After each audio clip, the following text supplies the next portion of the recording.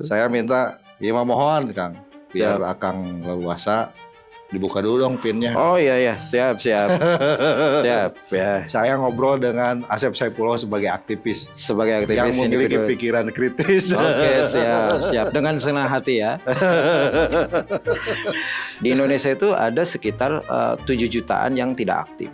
Salah satunya yang diakibatkan oleh perubahan desil atau tingkat kesejahteraan posisi masyarakat. Yang tadinya anaknya katakanlah belum punya sarjana, tapi ketika emang pada waktu itu mereka udah berhasil menyekolahkan anak sampai sarjana, dan itu dianggap juga mampu. Itu juga naik desil.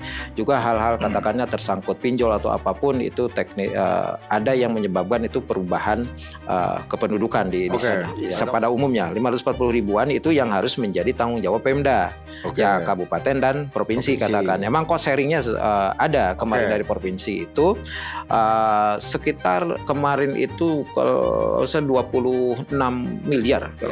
Dan itu nggak cukup. Maksudnya cukup, tidak mengcover 40%. Ya enggak. Artinya gitu. Provinsi tidak komit. Iya, soal katakan hitungan di kelas 3 semua. Itu kita memerlukan dana sekitar 220 miliar, Pak. Dan sampai sekarang provinsi itu mungkin saya juga harus mengatakan memang kondisinya itu provinsi per Januari itu masih punya hutang 333 miliar yang harus dibayar oleh provinsi ke BPJS. Kalau begitu provinsi boro-boro untuk bayar tahun 2026. Kenapa provinsi tidak komitmen dengan pembayaran ini? Salah satunya ya tidak ada anggaran. Dianggarkan. Sekarang dalam kondisi ini sangat memprihatinkan. Kita hanya bisa menganggarkan 2026 itu 13 miliar. Dan itu juga intervalnya tidak sampai Desember. Kita hanya sampai ke Juni. Ini bell warning yang luar biasa. Pak Gubernur mengeluarkan instruksi itu sampai 2 kali. Masyarakat Jawa Barat itu tidak boleh ditolak pelayanannya di rumah sakit. Terus itu dahulu.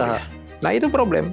Artinya gubernur tidak mampu dong menjamin kesehatan rakyat. Salah satunya kan sekarang masih punya hutang, Pak. Kita cukup kaget dalam konteks pengatur kebijakan ini.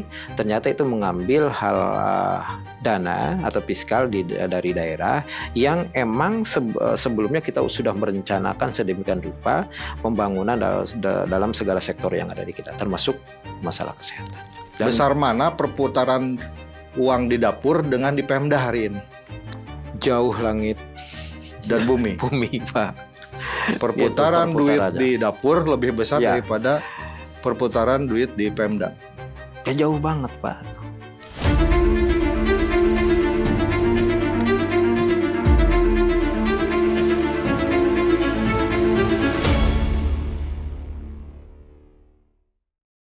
Assalamualaikum warahmatullahi wabarakatuh. Baraya Priangan masih membahas isu yang relate dengan kehidupan masyarakat kecil hari ini mengenai kepesertaan mereka, terutama masyarakat miskin, di dalam jaminan kesehatan nasional yang hari ini ramai dikeluhkan oleh masyarakat di seluruh daerah termasuk Kabupaten Tasikmalaya. Banyak yang dinonaktifkan. Kita akan menggali akar persoalannya sembari kita memahami kondisi objektifnya seperti apa hari ini. Untuk membicarakannya, saya sudah mengundang seorang politisi yang hari ini duduk di DPRD Kabupaten Tasikmalaya dan menjabat sebagai Ketua Komisi 4 yang membidangi soal kesejahteraan masyarakat di Kabupaten Tasikmalaya. Beliau adalah Kang Asep Saipullah. Assalamualaikum. Sehat, Kang? Alhamdulillah. Nggak dicabut BPJS? Enggak lah, kita tetap konsisten. Yang paling penting ya pelayanan ke masyarakat tentang kesehatan yang menjadi dasar kebutuhan masyarakat ini, bagaimana pemerintah ini tetap ada di sana. Oke. Ya. Kang Asep ini seorang aktivis dan beliau adalah, saya anggap sebagai senior lah. Luar biasa. Bersuara di pikiran.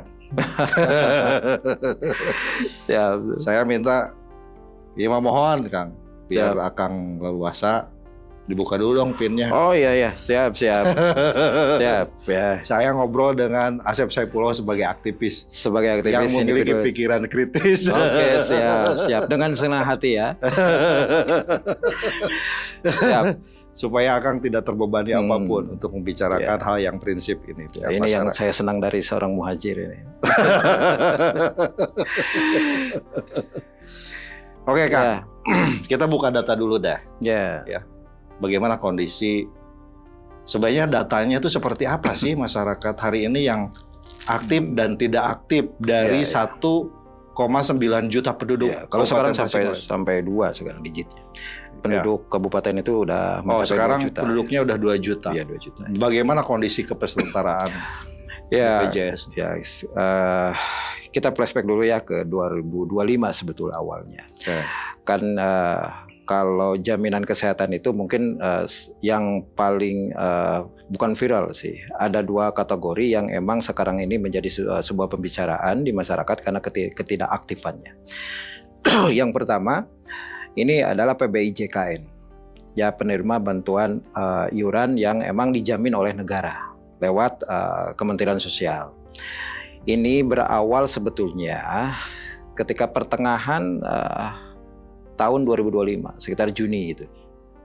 Pemerintah pusat itu kan melakukan data sensus tunggal ekonomi nasional atau yang kita sebut TSN gitu ya. Di mana pemerintah pusat menginginkan adanya satu pusat data tentang kependudukan. Maka di sana dilakukan ground check tentang potret masyarakat Indonesia itu. Di DTSN itu. Nah, salah satu akibat yang muncul dari proses itu ground check tentang kependudukan di masyarakat, maka salah satu yang terakibatkan adalah penerima bantuan sosial yang di dalamnya adalah salah satunya penerimaan jaminan kesehatan itu. Hasil sekitar bulan Juni, salah satunya Kemensos itu memberikan surat sebetulnya edaran ke setiap kabupaten. Di Indonesia itu ada sekitar 7 jutaan yang tidak aktif. Ya, salah satunya yang diakibatkan oleh perubahan desil atau tingkat kesejahteraan posisi masyarakat. Kita kan mengenal sekarang itu di DTSN itu desil 1 sampai desil 10. Yang berhak menerima bantuan sosial, bantuan kesehatan yang lainnya dari pemerintah itu kan desil 1 sampai desil 5. Nah, salah satu yang terakibatkan itu terlemparnya mereka karena tidak masuk dalam desil itu di Indonesia ada sekitar 2 jutaan. Dan yang tidak termasuk dalam data yang penerima itu sekitar 5 juta. Ya, itu surat edaran resmi dari Kemensos pemberitahuan ke kabupaten kota. Berarti yang 5 juta dan 2 juta orang itu geser posisi. Geser dari yang desil. Tadinya desil 5 ke bawah jadi naik gitu. Kalau dulu kan tidak mengenal desil kita. Ada sejahtera, pesejahtera, miskin, ekstrim yang lain-lainnya. Nah, salah satunya Kabupaten Tasikmalaya itu per Mei itu ada pemberitahuan sekitar 123.000 itu tidak aktif. Karena perizinan desil itu. Ya. Dan akhir di tahun Desember itu mencapai 233.000 juga. Ya, artinya ada kenaikan sekitar 100.000 yang tidak aktif karena ada perubahan-perubahan.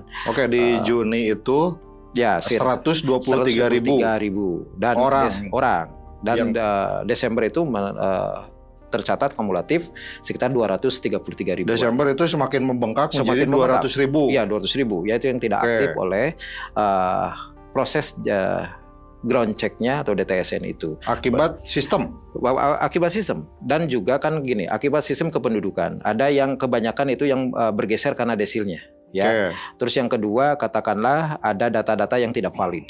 Ya, tentang kependudukan, ada NIK-nya yang salah, terus dan yang lain-lain, termasuk kan model gini, penerima PKH yang tadinya anaknya katakanlah belum punya sarjana, tapi ketika emang pada waktu itu mereka udah berhasil menyekolahkan anak sampai sarjana dan itu dianggap juga mampu. Itu juga naik desil.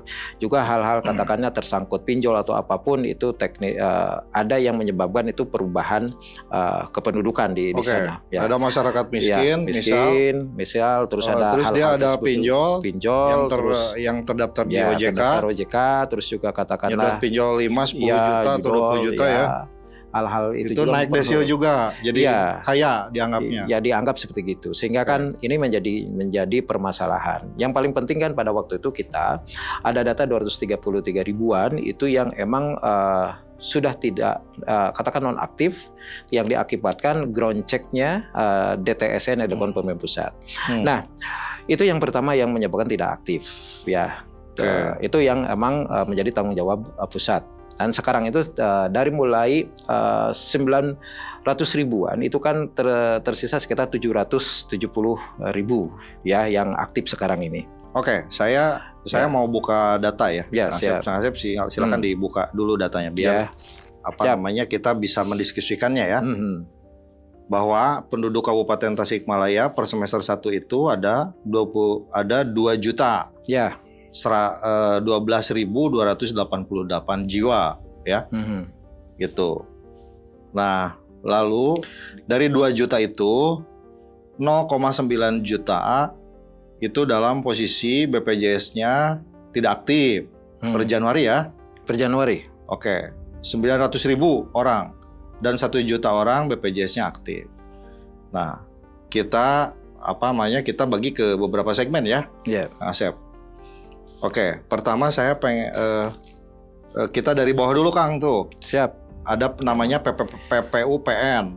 Itu di Kabupaten Tasik ada 47.000 orang yang aktif, 21.000, hampir 22.000 ya. 31%-nya itu tidak aktif. PPUPN itu apa? Ini yang pegawai negeri sebetulnya. Oke, yang ya, penerima Oke, per Januari pegawai negeri ada yang tidak aktif 30%. Ya. Oke. Itu kira-kira kenapa itu? Itu katakanlah yang udah meninggal, pensiun, ya, dipecat. Ya mungkin seperti itu. Artinya itu ketidakaktifannya karena masalah data aja. Oke, itu masalah data. Oke ya. Itu nggak substansif ya. Iya, betul. Oke. Betul. Lalu ada data PPUBU. Itu apa itu? PPUBU. Yang ini yang PPUBU itu yang 107.000 ya, aktif, lalu 50.000-nya tidak aktif. Ya ini model BUMN. Oh, pegawai BUMN, ya. BUMD. Ternyata 31%-nya nggak aktif. Nggak aktif ini. Oke. Aktif ya. Oke, 68%-nya aktif. Kenapa ini BUMN, BUMD ini pegawainya? Ya salah satunya ketidaktaatan katakan perusahaan-perusahaan juga, terus juga banyak yang katakan sudah tidak aktif lagi untuk bekerja, dan banyak faktor yang ini juga menjadi tunggakan-tunggakan di BUMD juga. Oh, ngutang ya, BUMD ngutang. Berarti itu belum dibayar saja mungkin ya. Gitu. Insya Allah kalau priangan.com nggak ngutang nih ke BPJS. Oke, berarti yang mandiri ini sekabupaten itu hanya 77.000 orang. Ya. Dan non aktif yang tidak aktif itu banyak juga. Yang tidak aktifnya yang mandiri 134.782 orang. 63%. Ya, ini juga kan gini, kebanyakan ini faktor ekonomi atau apa? Itu kan mahal juga tuh bayar BPJS. Ya, salah satu faktor ekonomi. Biasanya kebanyakan nih, hampir mungkin 80% orang daftar BPJS itu bukan didorong oleh kesadaran untuk meng-coverage asuransi kesehatannya.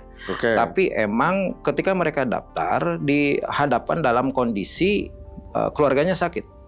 Katakan gini, model gini. Ini sakit nih, perlu cuci darah, berarti perlu kontrol rutin gitu.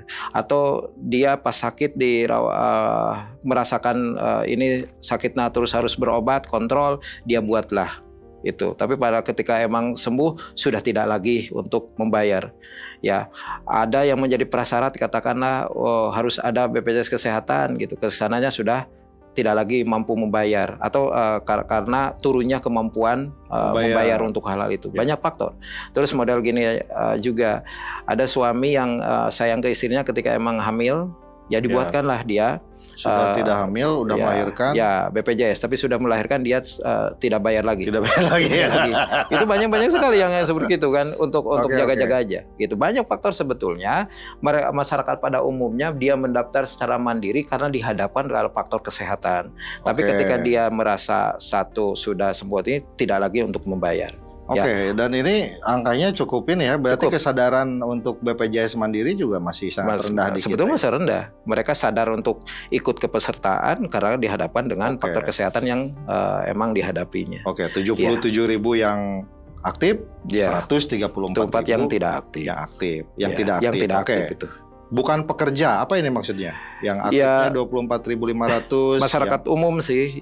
Ini masyarakat umum yang kondisinya ini mandiri, termasuk mandiri juga, atau masyarakat umum katakanlah ada ibu rumah tangga atau apapun yang masuk di dalamnya. Ini malah lebih banyak yang aktif, sadar berarti. Ini kan tidak ditanggung oleh negara kan? Tidak ini tidak ditanggung. Oke, kita masuk ke PBIJK. Ini yang berbasis iuran yang menjadi persoalan hari ini atau gimana? Ya betul. Ini yang tadi saya katakan, katanya PBIJK ini ada sekitar 723 yang sekarang aktif nih. 723.000 yang aktif. Yang aktif 74,85%. 78,85%. Ini yang terkendala atau terdampak dari DTSN itu proses. DTSN itu ada 243.000. Ya, ini naik nih sekitar 25%. Kalau Desember 203, kalau sekarang per Januari ini naik juga 243.000. BPIJK ini dibiayai oleh Kemensos. Kemensos dari negara. Dari negara. Pusat. Ya. Oke, ini cukup tinggi sekali, hampir 1/4 juta Pak, itu angkanya luar biasa. Pas awal-awal kan 900-an kita itu sebelum DTSN itu. Ya pantas ya Kemensos agak repot juga nih sekarang. Ya gitu. Jadi kan hal ini sebetulnya ini juga yang dorong kita solusi pemerintah itu bagaimana berangkatlah ke Kemensos. Kita tambah kuota. Nggak apa-apa ini kita dianggap emang daerah yang tidak mampu katakanlah demi masyarakat emang tercoverage, terlindungi jaminan kesehatannya untuk hal itu. Dan sekarang ini proses kalau nggak salah sekitar 145 untuk tahun ini, mudah-mudahan ini terrealisasi. 145.000. Iya. Kita usulkan untuk 2026. Itu 2026. Ya. Oke, udah ada kepastian atau bagaimana nih untuk? Ya belum. Baru persoalan yang 243.000 orang. Ya belum dalam konteks ini positifnya, tapi kita ikhtiarkan dan kita kuota ada sinyal sekitar 145 ribuan. Mudah-mudahan di 2026 ini teraktivasi. Ya, gitu, gitu. Satu lagi. Ya. PB, PU, BP, Pemda. Ya. Nih, yang aktifnya 59.308, hanya 11,9% ya, 0,69% ya. Yang non aktifnya 447.939 atau 88%. Ini maksudnya apa? Yang Pemda ini, apa yang dibayari oleh Pemda atau gimana? Ya, ini yang tadi saya katakan sebetulnya yang menjadi pembicaraan itu ada dua. PBIJK yang tadi udah kita obrolkan. Terus yang sekarang yang kedua ini jadi polemik juga. Itu adalah sekitar 500.000 lebih sebetulnya menjadi tanggung jawab Pemda, baik Pemda Kabupaten, pemerintah daerah kabupaten dan juga provinsi. Skemanya sebetulnya itu 40% dan 60%.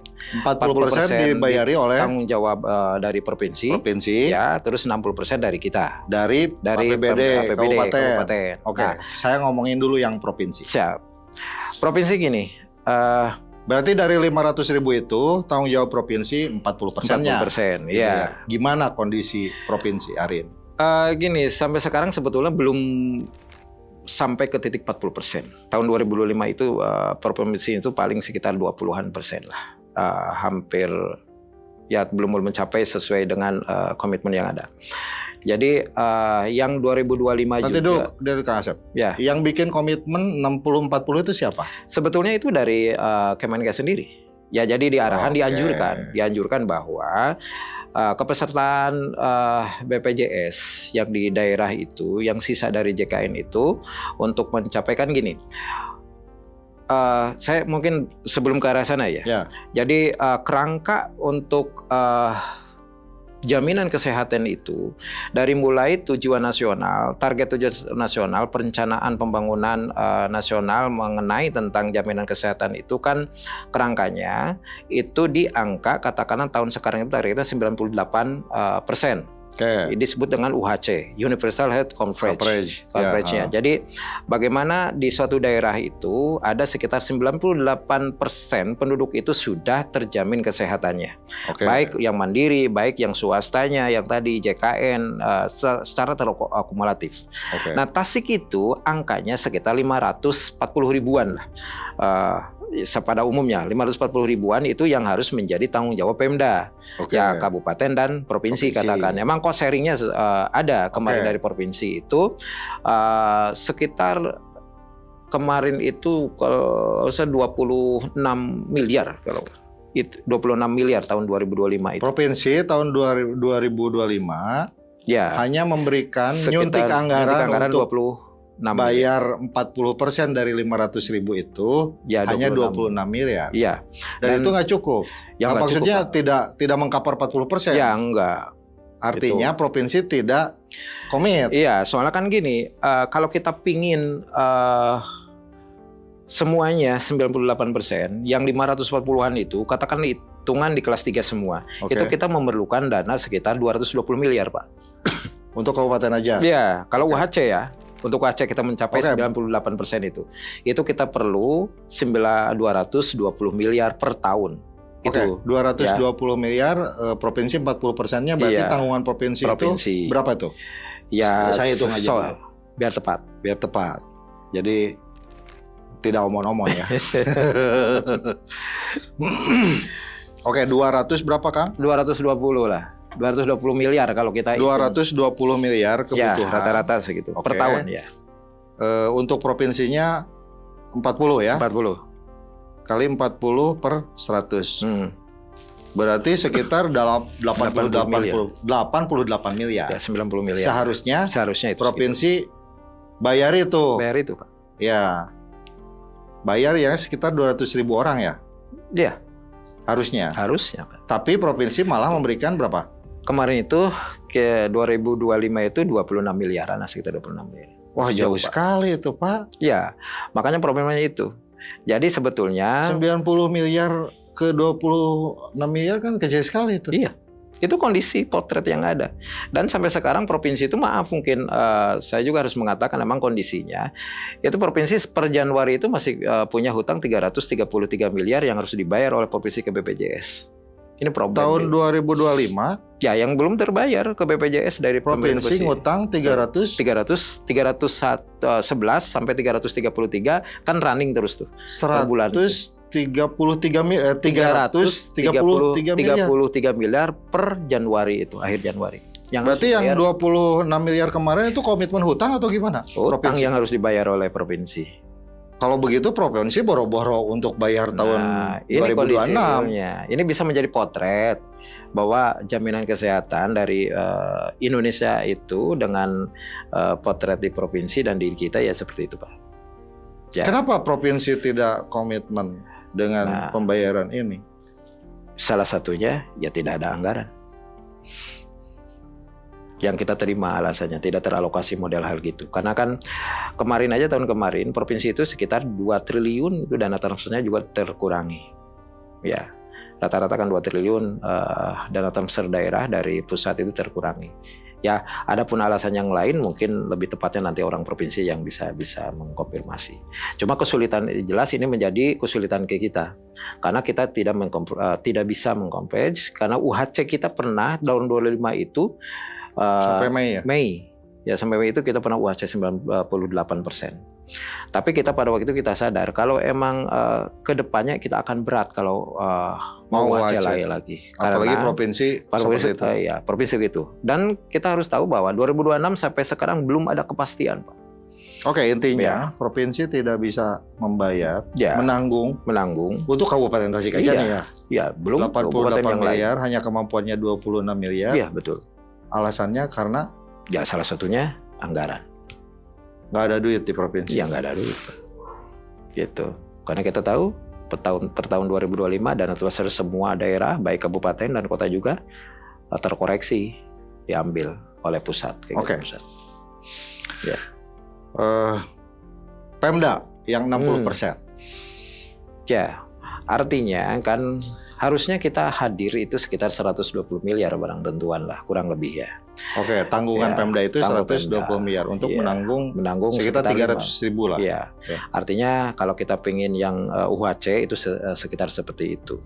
Harus Ya. dianggarkan dana Sekitar yang kalau dipotong yang idealnya katakanlah yang tadi berapa 80 atau 90% 90 miliar katakanlah di angka 40% ya kita mungkin di sekitar 120-an. 120 miliar yang dibutuhkan. Iya, seperti itu.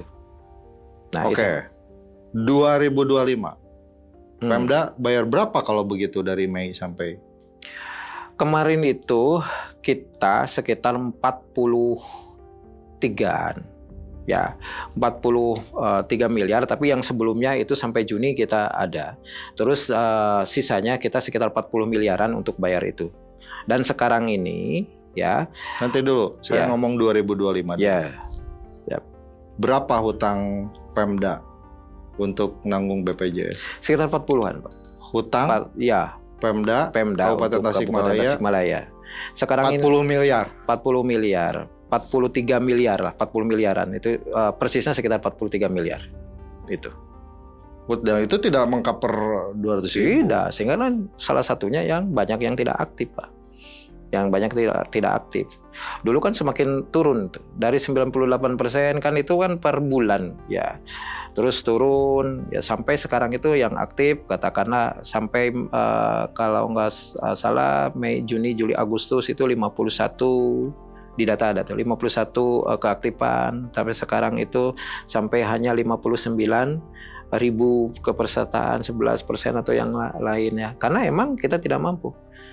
Ya 2025 itu per Desember itu kita dihadapkan pada kondisi banyaknya yang tidak aktif di BPU Pemda itu.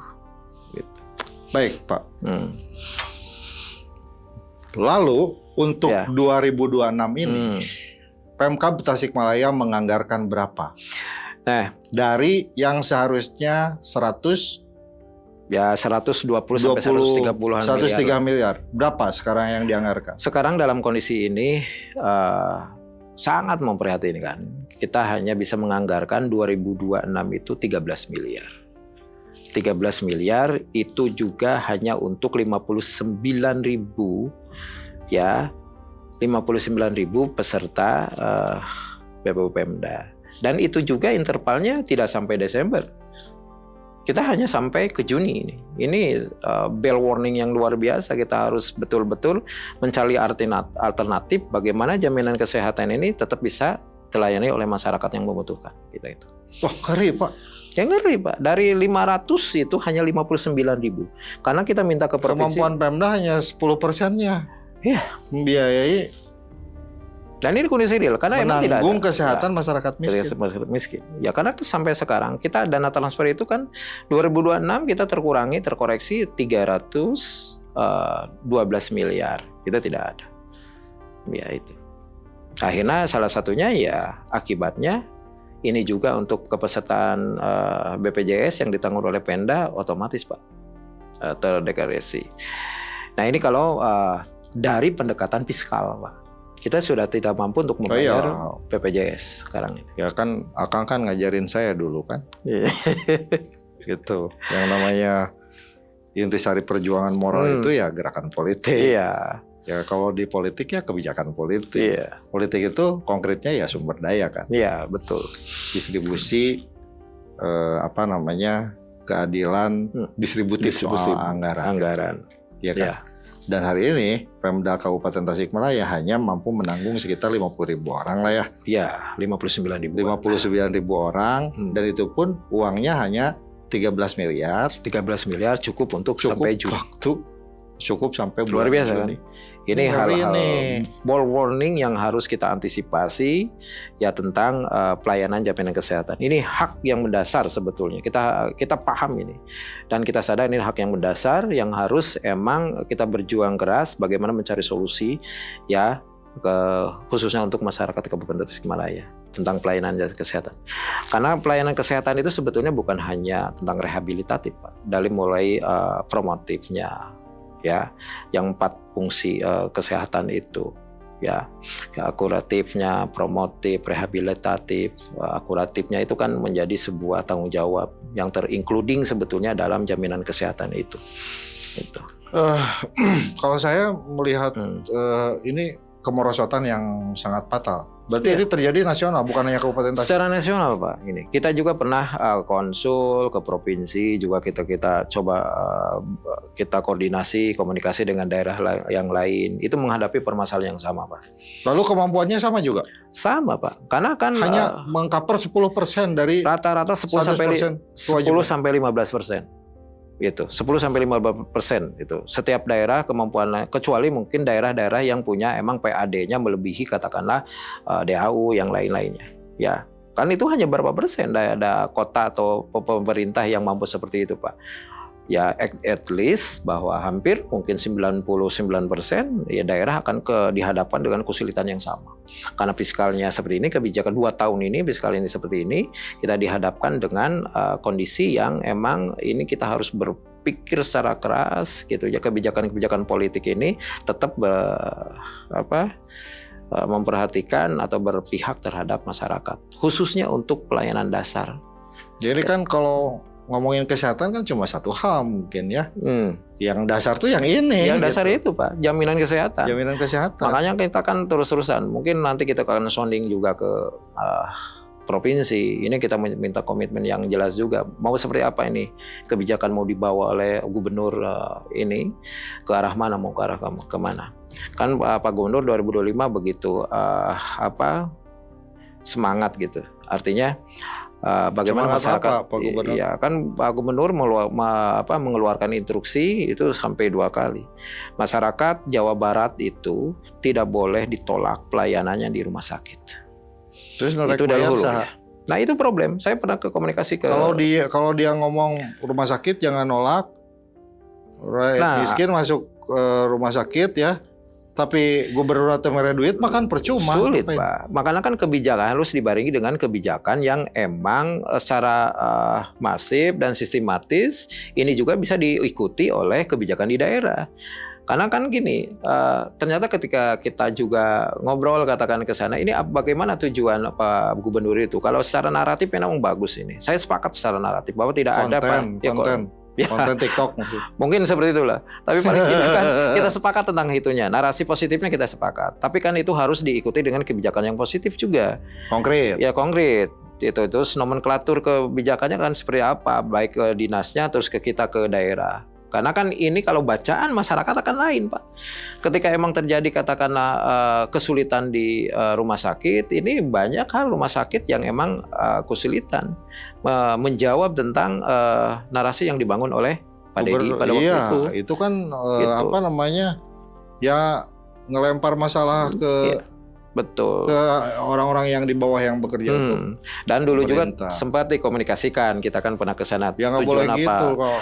Ternyata yang emang katakanlah itu tuh hanya 6 rumah sakit milik provinsi, dan di sana juga hanya hal-hal tertentu aja gitu, kasus-kasus penanganan kesehatan aja yang emang bisa di cover oleh itu. Jadi tidak semuanya, kembali lagi karena satu menyangkut tentang anggaran, yang dua menyangkut tentang policy-nya, kebijakannya yang emang belum bisa diterapkan gitu ke katakanlah ke rumah sakit, ke dinas, ke kita, ke yang lainnya. Artinya gubernur tidak mampu dong menjamin kesehatan rakyat. Salah satunya kan sekarang masih punya hutang, Pak, yang harus terselesaikan. Karena kerangka jaminan kesehatan ini nggak itu diprioritaskan atau gimana ya? Saya nggak paham juga.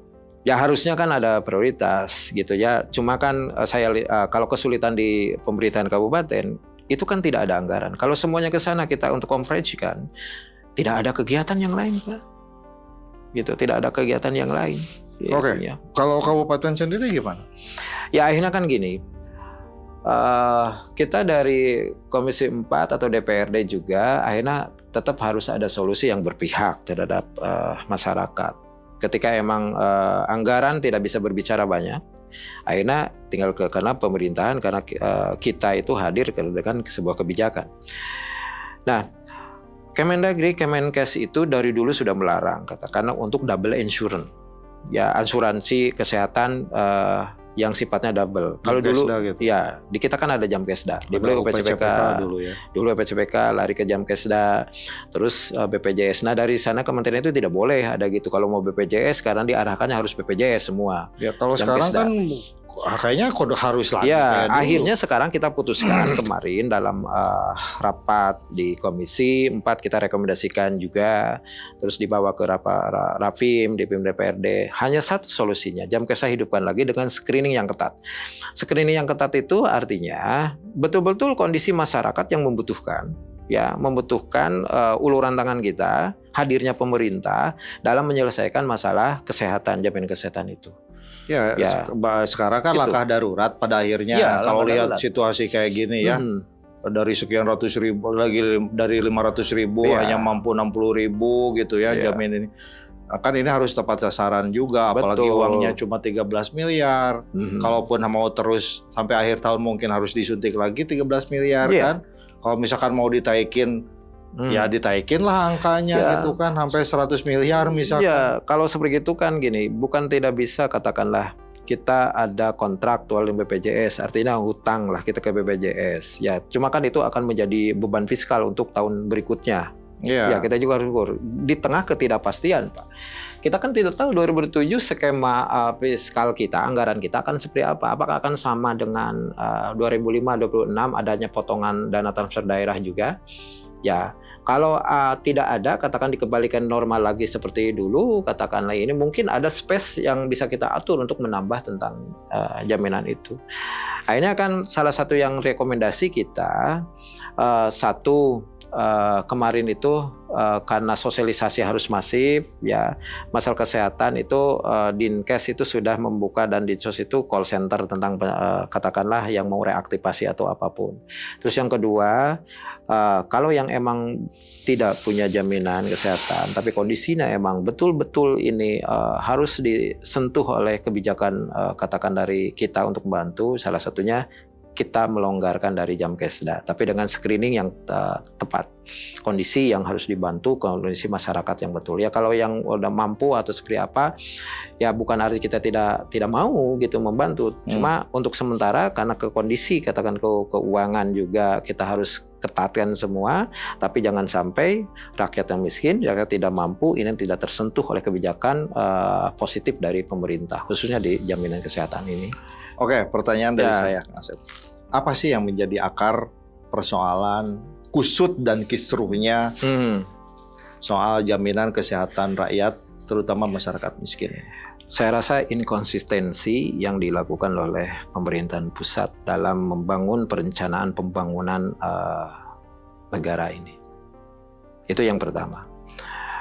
Ya, artinya kan gini, perencanaan itu, setiap daerah itu punya ya kabupaten, provinsi, dan negara ini.